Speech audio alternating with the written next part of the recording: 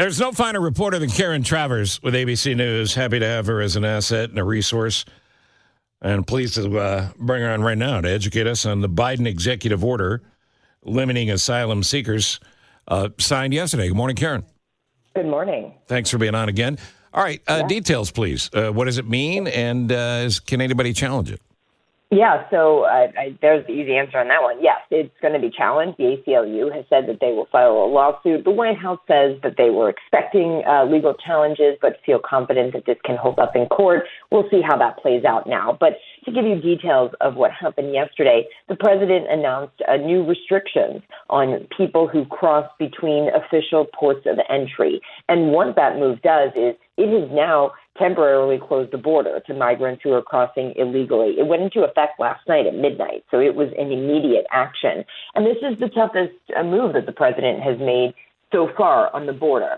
What it does is when migrant apprehensions between the ports of entry are averaging 2,500 a day over the course of the week, when they, take that average, at that point, the asylum process for people who have crossed illegally between the ports of entry is automatically shut down. They are not able to claim asylum. The limit would be lifted only if there have been 14 days of encounters at 1,500 or less, fewer than that. So that number has to go down. I mean, looking at these numbers right now we're seeing about 3,500 encounters a day. It hasn't been at 1,500 or less in several years. So wow. This is where some of so is this a permanent ban at this point? The White House will say no, but if you look at the actual numbers and how they've played out, it's hard to see it going down to that point for some time. Maybe it does, but I will note it was around 10,000 in December, 3,500 now. So there was a significant effort made between the U.S. and Mexico to bring those numbers down, but it's a really low threshold in order for the lifting of this to go back into effect. Andrea, say hi to Karen. Hi, Karen. Good morning. I'm going to ask the one-word question that critics are asking now. Yeah. I mean, is it too... You saw the event yesterday. Yeah. That was the question that was being shouted at the president by a chorus of reporters. My colleague said that she and the reporter next to her were almost saying it like in tandem. Why now? Why did you wait? Like right. Same exact cadence. And the president didn't answer that, but it went in the response to shouted questions from reporters.